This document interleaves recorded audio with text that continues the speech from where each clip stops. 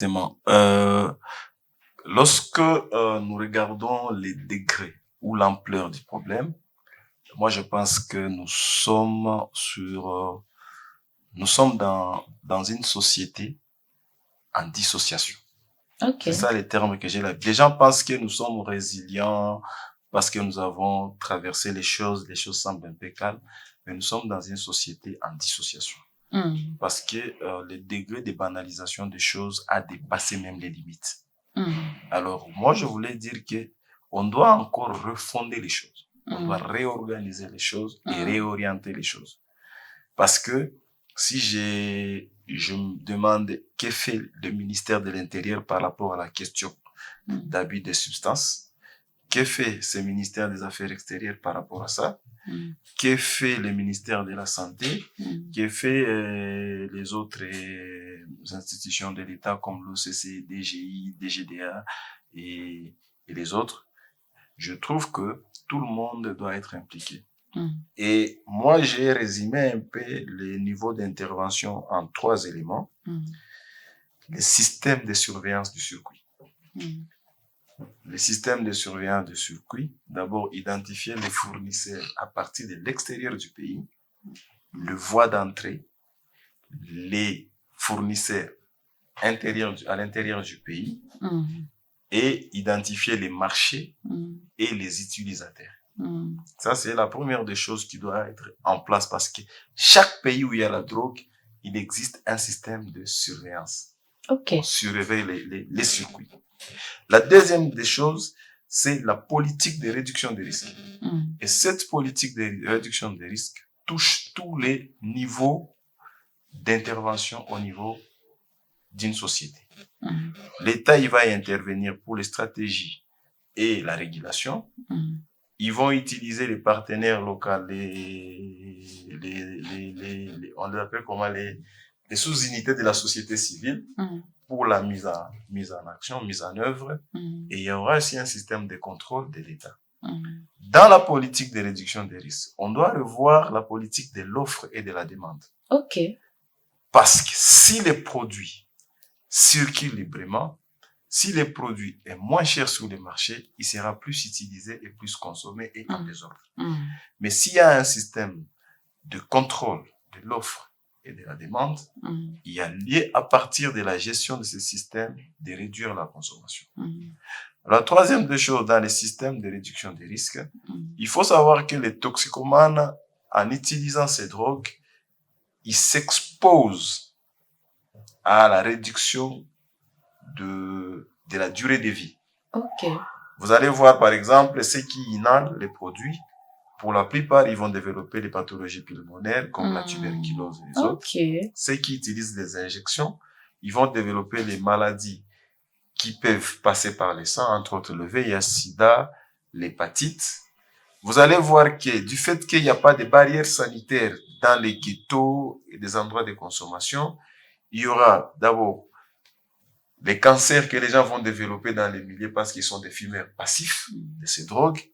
Il y a aussi les phénomènes Covid et aujourd'hui nous faisons face à une nouvelle épidémie, monkeypox. Ces gens n'ont pas de limites, de barrières de protection et ils peuvent facilement faire circuler ces virus dans la ville et contaminer les gens. Donc, au niveau sanitaire, il doit y avoir quelque chose de stratégique indiqué pour les toxicomanes,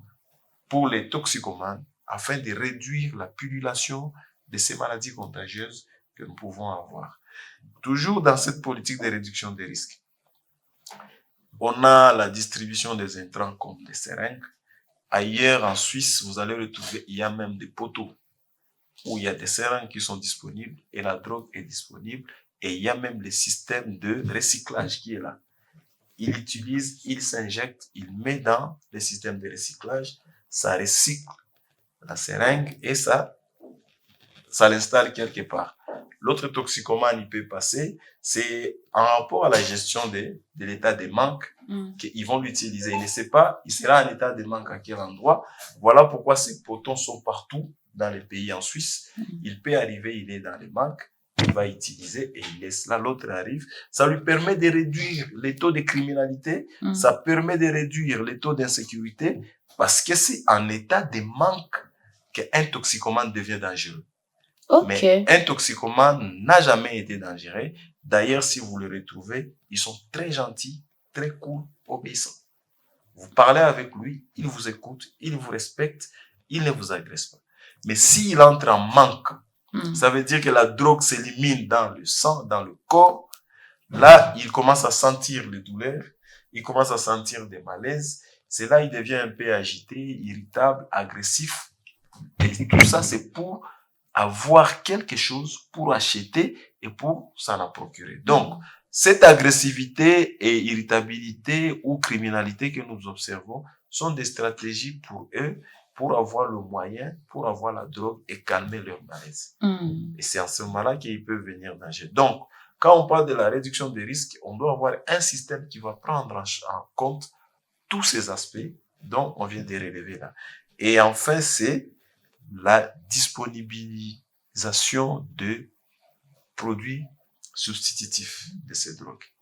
Est-ce que vous vous imaginez que dans tous les pays, nulle part où on a de la méthadone, parce que sans méthadone, les héroïnomanes qu'on appelle communément sniffers ici à Bukavu, ils vont nous exterminer.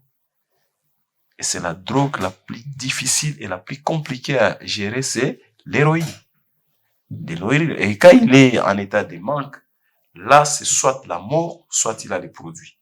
Et s'il n'a pas de produits, sachez bien que il y aura quelque chose qui va disparaître dans son entourage. Et s'il a du mal à faire disparaître quelque chose pour en avoir, il va tuer. Ce qui tue les braders ici chez nous, à la route, à Goma, ce sont des héroïnomanes. Parce qu'ils ne supportent pas cet état de manque. Et ils n'ont pas de moyens pour en avoir. Qu'est-ce qu'il faut? Il faut tuer pour avoir de l'argent. Il faut voler. Alors, nous devons avoir ce système. Moi, je propose les 3. Donc, système de surveillance des circuits, la politique de réduction des risques et la disponibilisation des substituts dans les structures de soins. Ça peut nous aider à vraiment bien contrôler la situation, réduire la criminalité, réduire l'insécurité au niveau de la vie et permettre ces jeunes à bien évoluer. Parce que dans la réduction des risques, on peut aussi créer des emplois. Ok. Oui. Et c'est à l'État de nous proposer ce système. Et puis, les partenaires techniques et financiers qui sont dans les pays, c'est à eux d'accompagner l'État, d'appuyer l'État. Donc, l'État ne peut pas aller demander, non, donnez-nous l'argent parce qu'on a ça. Non. L'État doit dire, vous êtes 50 ici, ONG. Nous avons un sérieux problème. Aidez-nous à résoudre ces problèmes. C'est à ces ONG de voir quelles sont les lignes que nous pouvons affecter pour aider l'État congolais à gérer ces problèmes. Mais ici, chez nous, au lieu que ce soit les partenaires qui vont s'aligner à la politique de l'État, c'est l'État qui va s'aligner à la politique des partenaires. Ce qui n'est pas admissible partout au monde. Au Rwanda, les partenaires s'alignent à la politique de l'État. Au Kenya, même chose. J'ai fait le Sénégal, même chose. Mais ici, chez nous, c'est nous qui allons nous aligner. Le partenaire, il vient, il dit, voilà, dans la toxicomanie, je vais faire ceci. Mais nous connaissons très bien ce qu'il va faire, ça ne va pas nous aider. Ça n'aura pas d'impact. Au lieu de lui dire, nous, c'est pas ça les problèmes. Nous, les problèmes, c'est ça. Et nous voulons ceci. Si tu ne veux pas, tu pars. Ok. Ça n'existe pas. Merci beaucoup, docteur.